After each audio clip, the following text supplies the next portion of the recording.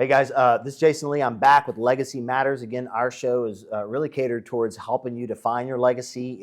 Whether you're a business owner or really if it's for anybody, it's about legacies and what matters to you. More importantly, about how you build it. And I'm talking to Devlin Liles today, the CEO of Improving. And I continue to learn more and more about him between these little vignettes and shoots that we're doing. And now I just think he's way more interesting. But one of the things that I loved about you is your humility. And so I don't know if I'll ask this question to every CEO I can get in front of, but I probably will because it's near and dear to my heart. Because at my core, my gifts, right? I've been a sales guy my whole life, and I've been told no a lot, and I've been trying to crack codes of how do you become a value add. And when I got this career opportunity 6 years ago, I was told I was supposed to go after privately held business owners and CEOs and C-suite. And I was like, okay, I guess I got to figure out how to talk to those people and become valuable to them. I've been blessed to be able to have some success, but I wanted to really, I think a lot of my network is comprised of people like me, biz dev, people that are out trying to figure out how to do that. And so I didn't want to waste a chance to actually be in front of the guy that like we want to call on, right? And then say, how does a guy or a gal or a person that's in our shoes, right, in the BD sales shoes, bring value to a person like you who's so busy, doesn't have time? How do we figure out a way to get through the noise and get like people like yours attention? So I'm going to highlight the thing you led into that with, which is how do we bring value? Okay, great. Value gets attention. Okay. The number of times that I get somebody reaching out on LinkedIn to connect, and I'll connect, and the first thing is a sales pitch. Right. Like, or the outreach that's like, hey, we connected on LinkedIn, or we found your profile and you think this would be valuable to you. And it's just horribly inapplicable to my business. Like, hey, we want to offer you IT development services. I'm like, it's kind of what 1,700 people here do. Like, it's that obvious disconnect between it's autonomous, it's not practical, it's not applicable to me. And so the same way we approach our market is probably the way that I receive best being approached. Now, I don't know if this is globally true for everybody, but it's true for every executive that I've met. Okay, fantastic. I have zero problems buying something that's valuable to me.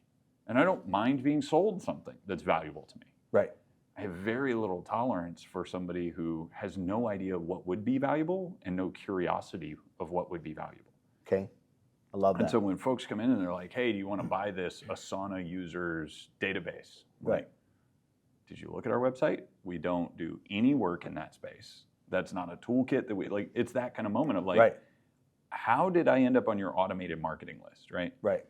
The folks that get the most attention from me are the ones that lead with value. Like if you remember how you and I got connected, right? It was through a trusted network. Right. And then it was conversations and it was exploration and there was no hard pitch sale. Right. And the irony is, to this day, you've never done that. Yep. And well, maybe I'm a really, really crappy salesperson. I'd be more willing to buy from you than I would be the people that are hounding my email. Understood. Because you've provided value in my life, right? You've invested, you sent me books, like that kind of thing. Understood. It's not about the gifts. It's about finding the value you can bring as a part of the sales process. It's one of the reasons we go out and we speak so much. And we don't sell speaking engagements and those kind of things. We give back to the community so that we can produce value first to start a relationship rather than an ask first. I love that. To start a relationship. So I'd say that works best for me. Well, I know in our Vistage group, Ken has the best cold pitches, and he always shares his. I'm mentioning Ken Proctor for those that are watching and don't know who that is, but and one of the things that we saw the other day, it just cracks, and I've gotten this before. It's the where they forgot to put they use the bot, and so it sends you the direct message. Yeah, hey, first name. Hey, first name, and I'm like, oh, that is so painful.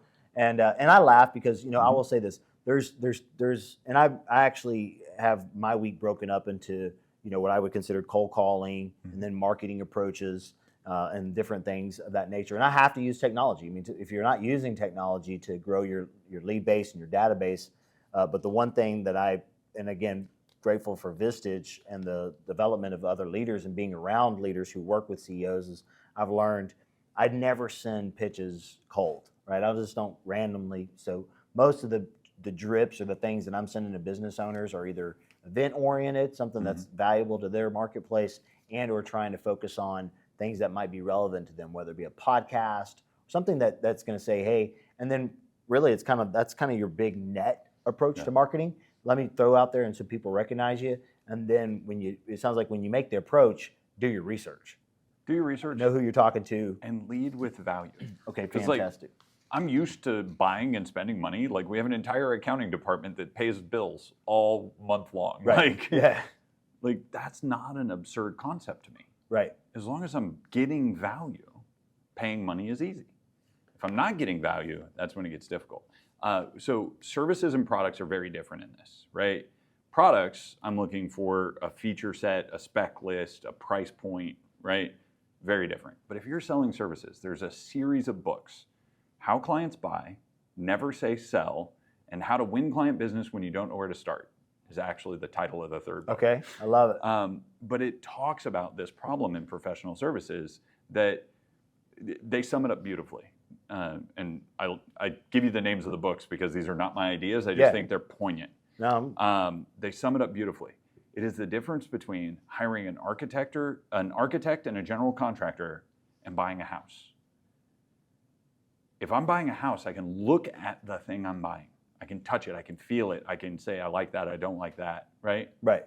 If I'm hiring an architect and a general contractor, I'm hiring them on trust that they can translate what I want into reality. Understood. Right? That's a very different thing. I'm measuring reality versus I'm trusting you to create it. When you're selling professional services, without the trust in the relationship, I'm not buying from you. Understood.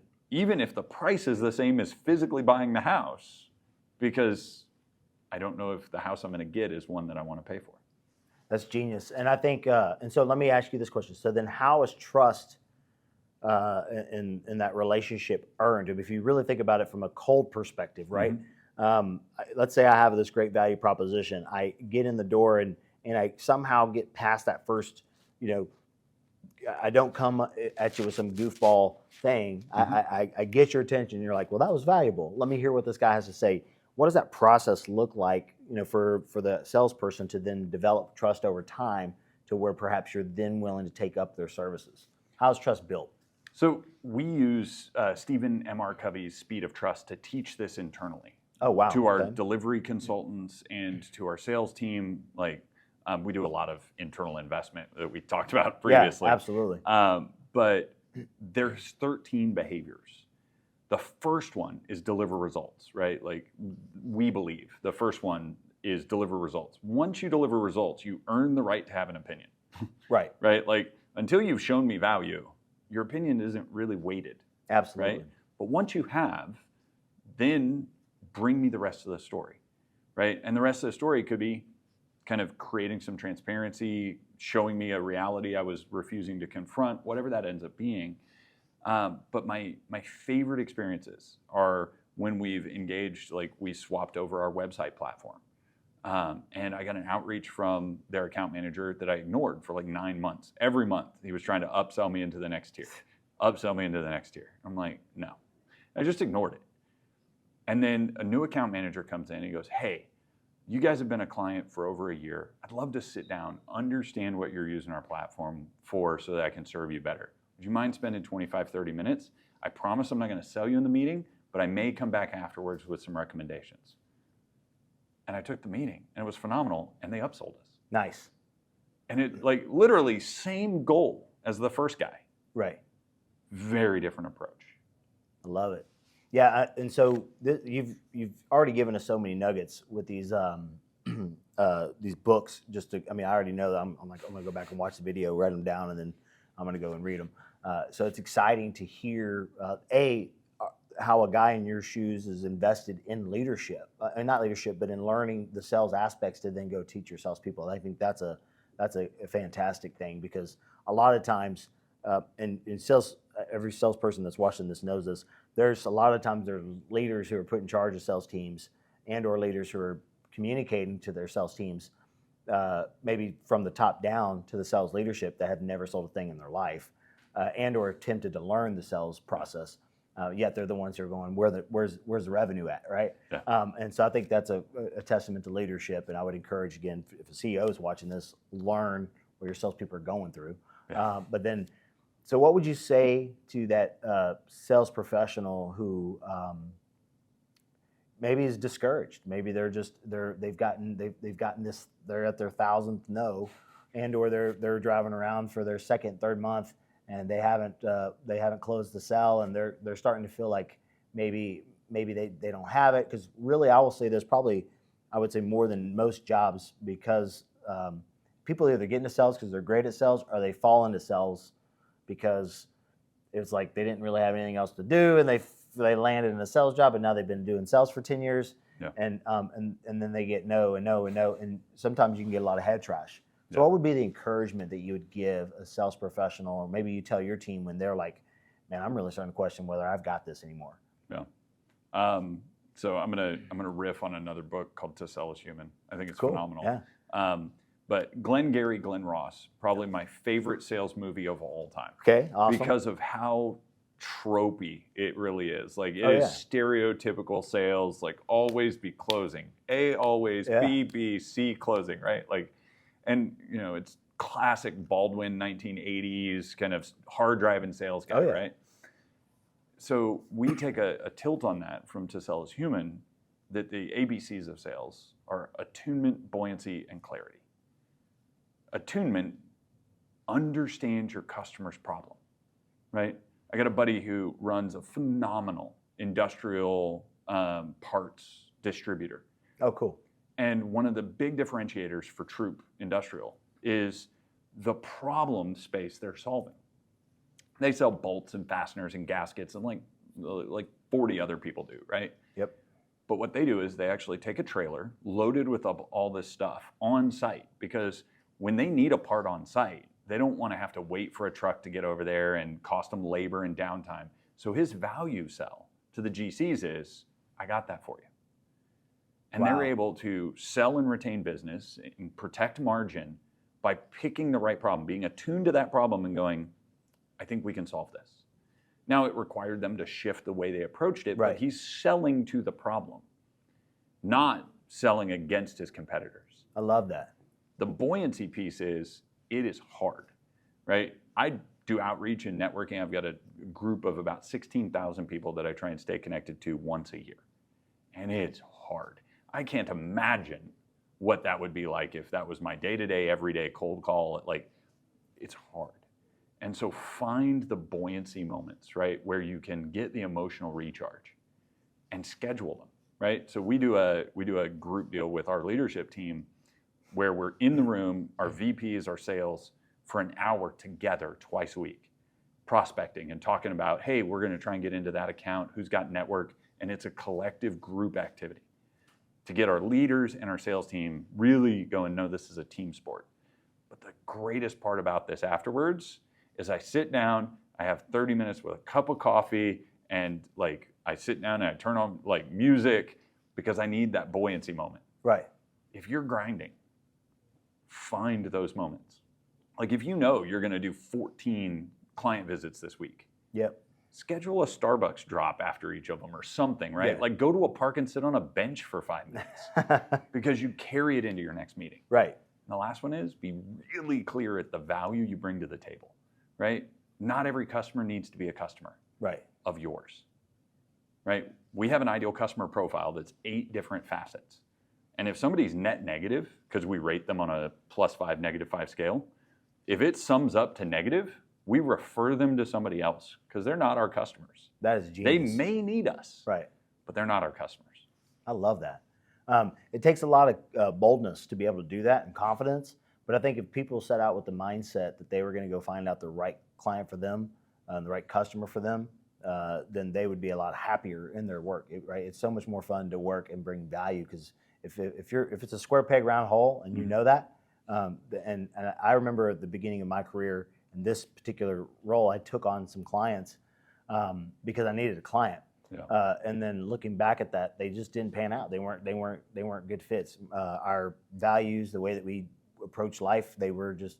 I mean, I have a lifetime value add. I think when I bring a client, I want to be with them hopefully to take care of their families and their kids and the whole nine. And so, I will say that perspective shifts everything, right? If I changes the go, game. I'm trying to help you solve a problem, Right. and I'm clear on whether I can do that or not. Right. When I make a referral, I'm not losing a customer. I'm gaining an advocate. Yeah. Like some of our biggest referred business has come from folks we said no to.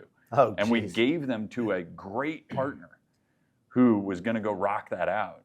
And they're like, you know, you guys could have easily said yes and done like a mediocre job or whatever, and you didn't. You really cared about us more than the money. I love it. And they come back and they refer business to us year after year after year. Well, Devlin, this has been great. There's been some great nuggets. I mean, I'm going to apply some of the stuff you've given me already, and I'm hoping that my network. I know I'm very blessed with so many peers who I call them centers of influences, referral partners that are probably going to take a moment. I'm going to make sure they do because I'm like, dude, he's giving us the answers to the test. So it's been great, and I really do appreciate it. Just another value add of how you do that. You bring value. Your organization brings value, and it's just been a pleasure getting to spend time with you. Man, thank you. I appreciate the time, and this is going to be fun. Awesome. Yes, sir.